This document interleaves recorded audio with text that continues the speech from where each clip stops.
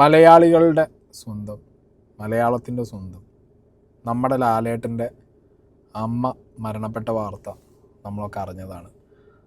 അപ്പോൾ ഇന്ന് അവരുടെ അന്ത്യകർമ്മങ്ങളും കാര്യങ്ങളൊക്കെ നടക്കുന്നത് പല വീഡിയോസായിട്ട് നിങ്ങളെല്ലാവരും കണ്ടു കാണും. ഞാനിവിടെ ചർച്ച ചെയ്യാൻ പോകുന്ന ചർച്ച എന്നല്ല, എനിക്ക് എൻ്റെ മനസ്സിലേക്ക് കൊണ്ടൊരു കാര്യം ഞാൻ നിങ്ങളായിട്ട് ഷെയർ ചെയ്യുകയാണ്. May be right, may be wrong, എനിക്കറിയില്ല. എനിക്ക് പേഴ്സണലി തോന്നിയൊരു കാര്യമാണ് ഞാനിവിടെ ഷെയർ ചെയ്യുന്നത്. First of all, Mammukka share ചെയ്തൊരു ഫോട്ടോ ഉണ്ട് ലാലേട്ടൻ്റെയും അമ്മേൻ്റെയും. ഭയങ്കര ഹാർട്ട് ടച്ചിങ് ആണ്. ഭയങ്കര ഹാർട്ട് ടച്ചിങ് എന്ന് പറഞ്ഞാൽ സത്യം പറയില്ല, ഞാൻ ആഗ്രഹിക്കുന്നുണ്ട് ഇപ്പോൾ ഒരു നേരമെങ്കിലും ആ ഫോട്ടോ കാണുമ്പോൾ ഇങ്ങനെ എൻ്റെ അമ്മേൻ്റെ തോളത്ത് തല വെച്ച് ഒരു ഫോട്ടോയ്ക്ക് അല്ലെങ്കിലും ഒന്നിങ്ങനെ നിൽക്കാൻ പറ്റിയിരുന്നെങ്കിൽ. ബിക്കോസ് നിങ്ങൾക്ക് എല്ലാവർക്കും അറിയാം, ബിഗ് ബോസിലായിട്ടൊക്കെ ഞാൻ പറഞ്ഞിട്ടുള്ളതാണ്, പ്രശ്നങ്ങളുണ്ടായിരുന്നു, പ്രശ്നങ്ങൾ മാറി. ബട്ട് സ്റ്റിൽ എന്തോ എനിക്ക് ഒരു ഏജ് വരെ എൻ്റെ അമ്മേൻ്റെ ഒപ്പം അമ്മേനെ കെട്ടിപ്പിടിക്കാനും ഉമ്മ വയ്ക്കാനും അമ്മേൻ്റെ ഒപ്പം കിടക്കാനൊക്കെ പറ്റിയിട്ടുള്ളൂ. ഇപ്പോൾ അതിന് ശേഷം ഒരു ഏജിന് ശേഷം പറ്റുന്നില്ല, എന്താണെന്ന് അറിയില്ല, പറ്റുന്നില്ല. ഇപ്പോഴും ഞാൻ ഭയങ്കര ഓക്കെയാണ്, വീട്ടിലൊരു പ്രശ്നമില്ല. ആഫ്റ്റർ ബിഗ് ബോസ് എല്ലാം സോർട്ടഡ് ആണ്. സ്റ്റിൽ ഇത്രയും ക്ലോസ് ആയിട്ട് അമ്മയോട് മിങ്കിൾ ചെയ്യാൻ, അമ്മേന്ന് വിളിച്ചിട്ട് കെട്ടിപ്പിടിക്കാനോ ഒരു ഉമ്മ കൊടുക്കാനൊന്നും പറ്റുന്നില്ല. എന്താണെന്നറിയില്ല, മാറുമായിരിക്കും മേ ബി. പക്ഷേ ആ ഫോട്ടോ കണ്ടപ്പോൾ എനിക്ക് ഭയങ്കര ടച്ചിങ് ആയിട്ട് തോന്നി. എനിക്ക് എൻ്റെ ഇതേ സിറ്റുവേഷനിൽ പോകുന്ന എത്ര ആൺകുട്ടികളുണ്ടെന്ന് എനിക്കറിയില്ല. അതൊരു ആൺകുട്ടി എന്നുള്ളത് കൊണ്ടാണോ എന്ന് വരെ ഞാൻ ചിന്തിച്ചു പോവാണ് ഇടയ്ക്ക്. അറിയില്ല, അതെന്തോ പറ്റാത്ത പോലത്തെ ഒരു അവസ്ഥ. ഓക്കെ, അപ്പോൾ അതവിടെ നിൽക്കട്ടെ. പിന്നെ കുറേ പേരൊക്കെ ഭയങ്കര മോശമായ കമൻറ്റും ഇമോജിയൊക്കെ ആയിട്ട് ഇറങ്ങിയിട്ടുണ്ട്. അവന്മാരോടൊന്നും പറയാനില്ല, കാരണം പറയാൻ പോയിട്ട് കാര്യമില്ല എന്നുള്ളത് നമുക്കറിയാം. ലാലേട്ടൻ ചിരിച്ച് നിൽക്കുന്ന കുറച്ച് സ്റ്റിൽ ഫോട്ടോസ്, അതായത് വീഡിയോന്ന് സ്ക്രീൻഷോട്ട് എടുത്ത കുറച്ച് സ്റ്റില്ലുകളുണ്ട്. കുറച്ച് വീഡിയോസിൽ ലാലേട്ടൻ വളരെ ചിരിച്ച് നിൽക്കുന്ന, വളരെ പ്ലസൻ്റായിട്ട് നിൽക്കുന്ന കുറച്ച് വിഷ്വൽസ് ഉണ്ട്. ട്രസ്റ്റ് മീ, ഇത് വേറെ ആരെങ്കിലും ആണ് മലയാളത്തിൽ ഇതേപോലെ സ്വന്തം അമ്മ മരിച്ച സമയത്ത് ചിരിച്ച് നിന്നേന്നുണ്ടെങ്കിൽ വലിച്ചു കയറിയിട്ടുണ്ടാവും സോഷ്യൽ മീഡിയ, കമൻറ്റ് ബോക്സ്. അയാൾ തീർന്ന അയാൾ. വൈ മോഹൻലാൽ എന്ന് പറഞ്ഞ നടനെ ഇത്രത്തോളം ആളുകൾ സ്നേഹിക്കുന്നു എന്നുണ്ടെങ്കിൽ അയാൾക്കുണ്ടല്ലോ അഭിനയിക്കാൻ സ്ക്രീനിലറിയാം, ജീവിതത്തിൽ അയാൾ ഇങ്ങനത്തെ സിറ്റുവേഷനിലൊന്നും അഭിനയിക്കില്ല എന്നുള്ളതിൻ്റെ ഏറ്റവും വലിയ എക്സാമ്പിളാണിത്. പിന്നെന്താ പറയുക, ഇപ്പം ഞാൻ കാണുന്നൊരു ഡയമെൻഷൻ ഉണ്ട് ഈ ചിരിയിൽ. പലർക്കും പല രീതിയിലാവും. അതായത് ഈ വീഡിയോയുടെ തുടക്കത്തിലേ പറഞ്ഞത്, പലരും ചിലപ്പോൾ ഇത് എടുക്കാതിരിക്കുക. ഈ ഒരു പെർസ്പെക്റ്റീവ്, ഈ ഒരു പോയിൻ്റ് ഓഫ് വ്യൂ, അല്ലെങ്കിൽ ഈ ഒരു ഡയമെൻഷനിൽ ആരെങ്കിലും ചിന്തിക്കുമെന്ന് എനിക്കറിയില്ല. ഞാൻ ചിന്തിക്കുന്നത് ഇങ്ങനെയാണ്. ഒരു മകൻ സക്സസ്ഫുൾ ആവുന്നത് എപ്പോഴാണ്? അമ്മയുടെ മുന്നിൽ സക്സസ്ഫുള്ളായിട്ട് നമുക്ക്, അല്ലെങ്കിൽ നമ്മളെപ്പോഴാണ് ആസ് എ മകൻ സക്സസ്ഫുൾ ആവുന്നത്?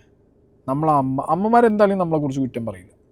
ഒരമ്മമാരും നമ്മളെക്കുറിച്ച് കുറ്റം പറയില്ല, മോശം പറയില്ല. ഒരമ്മമാരും നമ്മളെ, വളരെ റെയറായിരിക്കും അമ്മമാർ മക്കളെക്കുറിച്ച് പറയുന്നത്. എന്നാലും മനസ്സിനകത്ത് സ്വന്തം മകൻ മകൾ എന്നുള്ളൊരു ചിന്ത ഉണ്ടാവും എല്ലാ അമ്മമാർക്കും. അത് അമ്മയാണെങ്കിൽ അത് അങ്ങനെയാണ്, പറഞ്ഞിട്ട് കാര്യമില്ല. അച്ഛനാണെങ്കിലും അങ്ങനെയാണ്, പാരൻസ് ആണെങ്കിൽ അങ്ങനെയാണ്. റെയറായിട്ട് കുറച്ച് പാരൻസ് മാത്രമേ ചിലപ്പോൾ വേറെ രീതിക്ക് ഉണ്ടാവുള്ളൂ.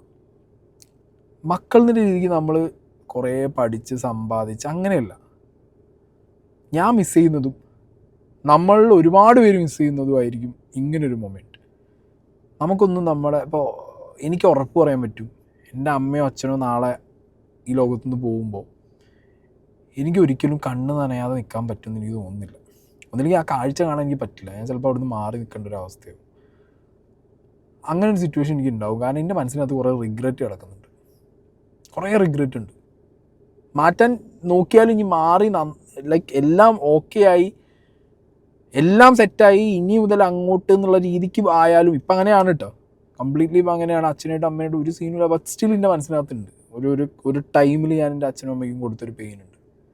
ഇപ്പോഴും ചില സമയങ്ങളിൽ ഞാൻ എന്നത് ഹോണ്ട് ചെയ്യാറുണ്ട്. അപ്പോൾ ഒരിക്കലും എനിക്കവിടെ പോയിട്ട് അങ്ങനെ, അല്ലെങ്കിൽ ഇങ്ങനത്തെ ഒരു സിറ്റുവേഷൻ എൻ്റെ ജീവിതത്തിലുണ്ടാകുമ്പോൾ എനിക്കിങ്ങനെ പ്ലസൻ്റായിട്ട് ചിരിച്ച് നിൽക്കാൻ പറ്റുമെന്ന് തോന്നുന്നില്ല. ഇതെന്താ പറയുക, ഇതൊരു ലാലേട്ടൻ്റെ അമ്മയ്ക്ക് 90 വയസ്സ് കഴിഞ്ഞു, അവർ രോഗാവസ്ഥയിലാന്നുള്ള കാര്യം ലാലേട്ടൻ തന്നെ പല സ്റ്റേജുകളിൽ പല ഇൻ്റർവ്യൂവിലായിട്ട് പറഞ്ഞിട്ടുണ്ട്. അവിടെയൊക്കെ ലാലേട്ടൻ സംസാരിക്കുമ്പോഴും ലാലേട്ടൻ അമ്മയ്ക്ക് കൊടുക്കുന്നൊരു ടൈം, അമ്മയ്ക്ക് വേണ്ടി സ്പെൻഡ് ചെയ്യുന്ന, അതൊക്കെ ലാലേട്ടൻ അതൊരു എക്സ്ട്രാ ആയിട്ട് കാണുന്നില്ല, ലൈഫിൻ്റെ ഒരു ഭാഗമാണ്. അമ്മ എന്ന് പറഞ്ഞത് ലൈഫ് തന്നെയാണെന്ന് പറഞ്ഞ് കൊണ്ടു നടക്കുന്ന ഒരു മനുഷ്യന് ലൈഫിൽ ആ അമ്മയ്ക്ക്, മലയാളികൾക്ക് മോഹൻലാലിനെ തന്നത് ആ അമ്മയും അച്ഛനുമാണ്. ആ അമ്മ സ്വന്തം മകനെ ബാക്കിയുള്ളവരെല്ലാവരും മോനെന്ന് വിളിച്ച് കേൾക്കുന്ന ഒരു പ്രൗഡ് ഫീലിങ്ങിൽ ജീവിച്ച് മരിച്ച ഒരു അമ്മയാണ്. ആ അമ്മയ്ക്ക്, അമ്മയുടെ അവസാന നിമിഷം, അമ്മയുടെ ഈ ഒരു ലാസ്റ്റ് അന്ത്യയാത്രയിൽ ഈ മകൻ ഇത്ര ചിരിച്ചു നിൽക്കാൻ പറ്റുന്നുണ്ടെങ്കിൽ he's the most successful son എന്ന് ഞാൻ പറയും. കാരണം മനസ്സിനകത്ത് ഒന്നും ഉണ്ടാവില്ല, അങ്ങേരിക്കും റിഗ്രറ്റില്ല അങ്ങേരിക്കുന്നതാണ് എനിക്ക് തോന്നുന്നത്. മൈൻഡിൽ അതാണ് എനിക്ക് 2 ഡയമെൻഷൻ അത് തോന്നുന്നു. ഒന്ന്, അങ്ങേരിക്കും ഒരു റിഗ്രറ്റ്സും ഇല്ല. അമ്മയ്ക്ക് വേണ്ടി എന്താണോ ഒരു മകനാവേണ്ടത് അതെല്ലാം ആ മനുഷ്യനായി. പ്രൗഡാണ് ആ മനുഷ്യന്, സന്തോഷിച്ച് നിൽക്കാം. അമ്മ അത്ര സന്തോഷിച്ചു, മകൻ അത്ര സന്തോഷിക്കുന്നു. അല്ലെങ്കിൽ ഈ മനുഷ്യനെ അഭിനയിക്കുകയായിരിക്കും. ഞാൻ നേരത്തെ ഈ വീഡിയോ തുടങ്ങുമ്പോൾ പറഞ്ഞു എനിക്ക് ഒട്ടും അങ്ങനെ ഈ മനുഷ്യനെ അഭിനയിക്കും എന്നുള്ളത് എനിക്ക് ചിന്തിക്കാൻ പോലും പറ്റുന്നില്ല. റെയർ ഓഫ് ദ റെയറസ്റ്റിൽ ഈ മനുഷ്യൻ എന്താ അറിയോ, ഇത്രയും ക്യാമറാസ്, ഇത്രയും ആളുകൾ വരുന്ന സമയത്ത് അദ്ദേഹത്തിന് ഭയങ്കരമായിട്ട് ഹോണ്ടിങ് ആയിരിക്കും അത്. കരയാൻ പറ്റാത്തൊരു സിറ്റുവേഷൻ. സിനിമാക്കാരുടെ അവസ്ഥ ഞാൻ സത്യത്തിൽ ആലോചിച്ച് നോക്കുക. അവർക്ക് നാച്ചുറലായിട്ട് നിൽക്കാൻ പറ്റും. ഒരു മരണ വീട്ടിലാണെങ്കിൽ പോലും അവരെ മുടിയൊന്ന് മാറിയാൽ, മേക്കപ്പ് ഒന്ന് മാറിയാൽ, ഡ്രസ്സിങ് ഒന്ന് മാറിയാൽ അവർക്ക് ഭയങ്കര നാച്ചുറലായിട്ട് നിൽക്കാൻ പറ്റില്ല. എസ്പെഷ്യലി ലാലേട്ടനും മമ്മൂക്കേനും പോലെ ബിഗ് ഫിഗേഴ്സിനും ഒന്നും ചെയ്യാൻ പറ്റില്ല. കാരണം അവർക്ക് നമ്മളെപ്പോലെ ഒരു മരണ വീട്ടിൽ എല്ലാം ലൈക്ക് എന്താ പറയുക, ഒരു സീറോ എന്ന് പറയുന്ന അവസ്ഥയിൽ നിൽക്കാൻ പറ്റില്ല അവർക്ക്. അത് വേറൊരു കഷ്ടമാണ് അവർക്ക്. ഭയങ്കര പ്രൈവസി ഇല്ലാത്തൊരവസ്ഥയാണ് അവർക്ക്. അത് വേറൊരു സൈഡ് അതിൻ്റെ. ചിലപ്പോൾ ഈ മനുഷ്യനെന്താ പറയുക, ഉള്ളു വിങ്ങി പൊട്ടിയിട്ട് പുറത്ത് ചിലപ്പോൾ ഇങ്ങനെ ചിരിച്ച് അല്ലെങ്കിൽ വരുന്നവർക്കൊരു ഇതിൽ നിന്നതായിരിക്കാം. ലോസ്റ്റ് ആണോ എന്ന് ചോദിച്ചു കഴിഞ്ഞാൽ ചില വീഡിയോസിൽ ഞാൻ ലാലേട്ടനെ ഭയങ്കര ലോസ്റ്റായിട്ട് കണ്ടു. ചില വീഡിയോസിൽ ലാലേട്ടൻ ലോസ്റ്റാണ്. ആൻ്റണി പെരുമ്പാവൂരിൻ്റെ ഒപ്പം തിരിച്ച് എനിക്ക് തോന്നുന്നത് തിരുവനന്തപുരത്തേക്കിട്ട് ട്രാവൽ ചെയ്യുന്നൊരു ക്ലിപ്പിൽ I felt like he's completely lost. ചിലപ്പോൾ ആ റിയാലിറ്റിയിൽ നിന്നപ്പോൾ ആ മനുഷ്യൻ ലോസ്റ്റായി പോയതായിരിക്കാം. സ്റ്റിൽ ഈ ചിരി എനിക്ക് കാണാൻ, എനിക്കിത് ഈ ഡയമെൻഷനിൽ എടുക്കാനാണ് എനിക്ക് താല്പര്യം. ലാലേട്ടൻ്റെ ഈ ഒരു ചിരിച്ച് നിൽക്കുന്ന ഈ ലാലേട്ടനെ എനിക്ക് അങ്ങനെ കാണാം. കാരണം അതിൽ നിന്ന് ഇൻസ്പയർഡ് ആവാൻ എനിക്കിഷ്ടം. അവിടെയാണ് നമ്മൾ ഇൻസ്പയർഡ് ആവേണ്ടത് സത്യത്തിൽ. നമ്മുടെയൊക്കെ അമ്മമാരും അച്ഛന്മാരും വിട്ടിട്ട് പോകുമ്പോൾ നമുക്ക് അവരെ ആലോചിച്ച് റിഗ്രറ്റ്സ് ഉണ്ടാവാൻ പാടില്ല. ഐ എം വെരി സോറി, ഞാൻ അങ്ങനെ റിഗ്രറ്റ് ചെയ്യുന്നുള്ള കാര്യം ഉറപ്പാണ്. കാരണം ഞാൻ അത്ര നല്ല അവനായിരുന്നില്ല, ഇപ്പോഴും അല്ല. അവൻ ശ്രമിക്കുന്നുണ്ട്, ആവാൻ പറ്റിയിട്ടില്ല.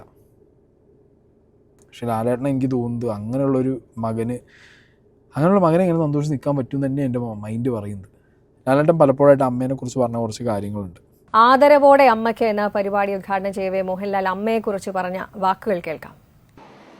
വളരെയധികം ഭാഗ്യം ചെയ്തൊരു മകനാണ് എന്ന് ഞാൻ വിശ്വസിക്കുന്നു. ഇത്തരം ഒരു പുണ്യകർമ്മത്തിലേക്ക് എന്നെ കൊണ്ടെത്തിച്ച ഇതിൻ്റെ സംഘാടകരെയും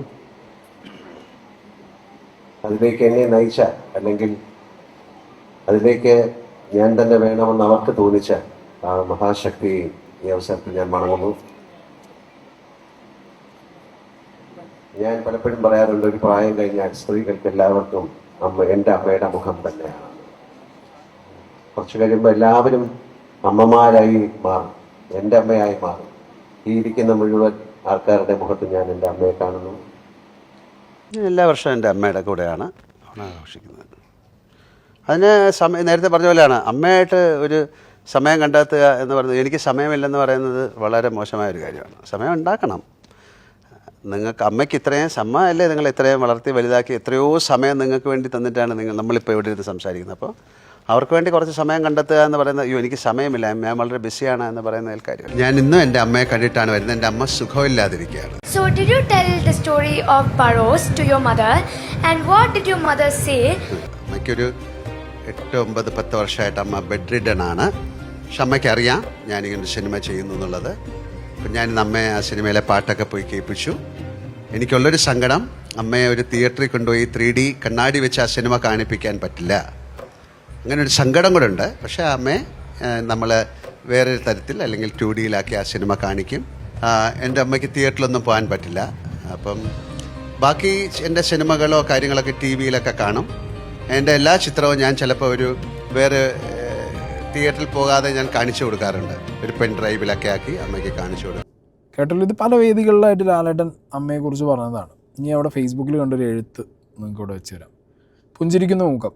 അമ്മയുടെ മരണവുമായി ബന്ധപ്പെട്ട് അനുശോചന സന്ദർശനം നടത്തുന്ന മനുഷ്യരെ നോക്കി സൗമ്യമായി പുഞ്ചിരിക്കുന്ന മോഹൻലാൽ. അദ്ദേഹത്തിൻ്റെ ആ വീഡിയോയ്ക്ക് താഴെയായി ഏറ്റവും അധികമായി വന്ന കമൻറ്റ്, അദ്ദേഹം വേദന ഉള്ളിൽ അടക്കി പുറമേക്ക് ചിരിക്കുന്നു എന്നാണ്. പക്ഷേ ഞാൻ ചിന്തിക്കുന്നത് ആ ഒരു വശത്തെക്കുറിച്ചല്ല. മറിച്ച് മറ്റൊരു വശത്തെക്കുറിച്ചാണ് മോഹൻലാൽ കാണിക്കുന്ന സംയമനത്തെക്കുറിച്ച്. അമ്മയെ നഷ്ടപ്പെട്ട ഒരാളെന്ന വ്യക്തിഗത ദുഃഖത്തിനിടയിലും തൻ്റെ മുന്നിൽ എത്തിയ ഓരോ മനുഷ്യനെയും ബുദ്ധിമുട്ടിക്കാതിരിക്കാനുള്ള അദ്ദേഹത്തിൻ്റെ ശ്രമം, അവരെ പരിഗണിക്കാനുള്ള ശാന്തമായ ഭാഷയായി മാറിയ ആ ചിരി, സ്വന്തം മുഖം പൊതുസ്ഥലത്ത് മറ്റുള്ളവർക്ക് അസ്വസ്ഥരായി മാറരുതെന്ന ബോധം, ഇതൊക്കെയാണ് ഞാനീ പറഞ്ഞ സംയമനം. അതായത് വേദന ഒളിപ്പിച്ചതല്ല അത്, മറിച്ച് വേദനയെ മാന്യമാക്കി മാറ്റിയ ഒരു മനുഷ്യൻ്റെ നിലപാട് മാത്രമാണ്. നോക്കൂ, ചിലർക്ക് വേദന കരച്ചിലായി പുറത്തു വരും, ചിലർക്ക് മൗനമായി അടിഞ്ഞുകൂടും. പക്ഷേ സ്വന്തം ദുഃഖത്തിനിടയിലും മറ്റുള്ളവരുടെ മനസ്സിനെക്കുറിച്ച് ചിന്തിക്കാൻ കഴിയുന്ന ലാലേട്ടൻ്റെ ഈ ഒരു അവസ്ഥയിൽ അത് ഒരിക്കലും എല്ലാവർക്കും ഒരുപോലെ ഉണ്ടാകണമെന്നില്ല എന്നാണ് എനിക്ക് തോന്നുന്നത്. കാലം, നഷ്ടങ്ങൾ, ഉത്തരവാദിത്വം, ആത്മബോധം ഇവയൊക്കെ ചേർന്ന് മനുഷ്യരിൽ പതിഞ്ഞു പോകുന്നൊരു അവസ്ഥയാണ് ശാന്തമായ ഒരവസ്ഥ. എല്ലാവർക്കും അത് വരണമെന്നില്ല തീർച്ച. പക്ഷേ നോക്കൂ, ആ അമ്മ മകൻ ബന്ധത്തിൻ്റെ ശാന്തത എൻ്റെ ഹൃദയത്തിൽ തൊടുന്നു.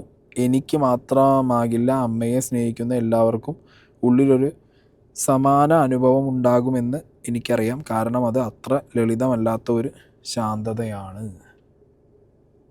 വേറൊരു ഡയമെൻഷനാണ് ഞാൻ പറഞ്ഞത്, വേറൊരു തോട്ട്.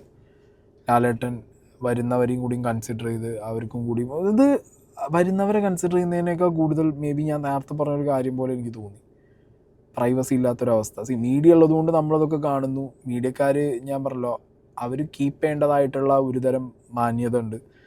അതവരെ കൊണ്ട് കീപ്പ് ചെയ്യിക്കാനും ആരും നിൽക്കുന്നില്ല. അവരൊറ്റ കീപ്പ് ചെയ്യാത്തൊരവസ്ഥയിലേക്കും കാര്യങ്ങൾ പലപ്പോഴായിട്ട് പോകുന്നുണ്ട്. പല മീഡിയാസും മാറി നിന്നിട്ടുണ്ട്. ഇങ്ങനത്തെ സ്ഥലങ്ങളിലൊന്നും പോയി വീഡിയോ ഇനി പോസ്റ്റ് ചെയ്യില്ല എന്ന് പറഞ്ഞിട്ട് വളരെ മാന്യമായിട്ട് അവരുടെ പ്രൈവസി ഭയങ്കര പ്രയോറിറ്റി കൊടുത്ത് മാറി നിൽക്കുന്ന മീഡിയാസ് ഉണ്ട്. പക്ഷെ നമ്മളിപ്പോൾ കാണുന്നത് എന്താണെന്ന് വെച്ച് കഴിഞ്ഞാൽ, കുറച്ച് ദിവസമായിട്ട് ഇപ്പോൾ കുറേയധികം മരണ വീടുകളിൽ നിന്ന് കാണുന്ന വിഷ്വൽസിലൊക്കെ കമൻറ്റ് ബോക്സിൽ ചീത്തവിളി വരാനുള്ള വേറൊരു മെയിൻ റീസൺ എന്ന് പറയുന്നത് ഈ മീഡിയക്കാരുടെ ടൈറ്റിലാണ്. നിങ്ങൾ വീഡിയോ എടുത്തോ, നിങ്ങൾ ഇട്ടോ, നിങ്ങൾ BGM ഇട്ട്, അല്ലെങ്കിൽ അതിൻ്റെ ടൈറ്റിൽ നിങ്ങളെ വക എക്സ്ട്രാ ഇട്ടിട്ട്, അതാണ് ശരിക്കും റീച്ചിന് വേണ്ടി നിങ്ങൾ. മറ്റേത് നിങ്ങൾ അവിടെ ചെന്ന് വീഡിയോ എടുത്ത് പോസ്റ്റ് ചെയ്തു, ഓക്കെ, അത് ആളുകളെ കാണിക്കാനോ അല്ലെങ്കിൽ ആ അവസരം അല്ലെങ്കിൽ ആ ഒരു സിറ്റുവേഷൻ നിങ്ങൾ കണ്ടന്റ് ആക്കിയോ. പക്ഷേ ആ കണ്ടന്റിൻ്റെ മുകളിൽ എക്സ്ട്രാ എന്തെങ്കിലും വേണം. ഇപ്പോൾ സാലറി കിട്ടാൻ വേണ്ടി ജോലി എടുക്കുക, ആ ജോലി എടുത്തതിൻ്റെ മുകളിൽ പിന്നെ കസ്റ്റമർ അടുത്ത് പോയിട്ട് ടിപ്പിന് വേണ്ടി തലയുറഞ്ഞിരിക്കുന്ന ആ ഒരു അവസ്ഥയാണ് നിങ്ങൾ BGM ഇടുന്നതും അതിൻ്റെ മുകളിൽ കൊണ്ടുപോയിട്ട് ഈ പറഞ്ഞ ടൈറ്റിലിട്ട്. ഈ ടൈറ്റിലൊക്കെയാണ് മഹാസീന്. ലാലേട്ടൻ അവിടെ നിൽക്കുന്ന ഒരു പെർട്ടിക്കുലർ വീഡിയോൻ്റെ ടൈറ്റിലൊക്കെ നിങ്ങൾ ഇട്ട് വെച്ചിട്ട്, അതായത് സ്വന്തം അമ്മയെ നോക്കി സങ്കടപ്പെട്ട് നിൽക്കുന്ന ലാലേട്ടൻ എന്ന് പറയുമ്പോൾ കമൻറ്റ് ബോക്സിനടിയിൽ വേറെ ഒരുത്തൻ ചിലപ്പോൾ പോയി ചോദിക്കും, അതെന്താ ഞങ്ങളെ അമ്മയ്ക്ക് ഇങ്ങനെ ആവുന്നത്, ഞങ്ങൾ സങ്കടപ്പെടില്ലേ, എന്നില്ല മോഹൻലാൽ മാത്രം സങ്കടപ്പെടുന്നു ചോദിച്ചു കഴിഞ്ഞാൽ അതിൽ മോഹൻലാലിന് ഇട്ടുള്ള കമൻറ്റായി മാറുകയാണത്. അങ്ങനെ നിങ്ങളുടെ ഓരോ ടൈറ്റിലുകളും ഒരാൾക്ക് ഭയങ്കര കൊള്ളുന്ന രീതിയിലുള്ള, അല്ലെങ്കിൽ ആ വ്യക്തിഗതമായിട്ട് ആക്രമിക്കാനുള്ള രീതിയിലുള്ള ടൈറ്റിലുകളും നിങ്ങളെ BGM ഇടലും അതൊന്നും അവോയ്ഡ് ചെയ്യുകയാണെങ്കിൽ നിങ്ങൾ ശ്രദ്ധിച്ചാൽ ഇറ്റ്സ് വെൽ ആൻഡ് ഗുഡ്. പിന്നെ ഇന്നവിറ്റബിളാണ്, മീഡിയയാണ്, നമുക്കൊന്നും പറയാൻ പറ്റില്ല.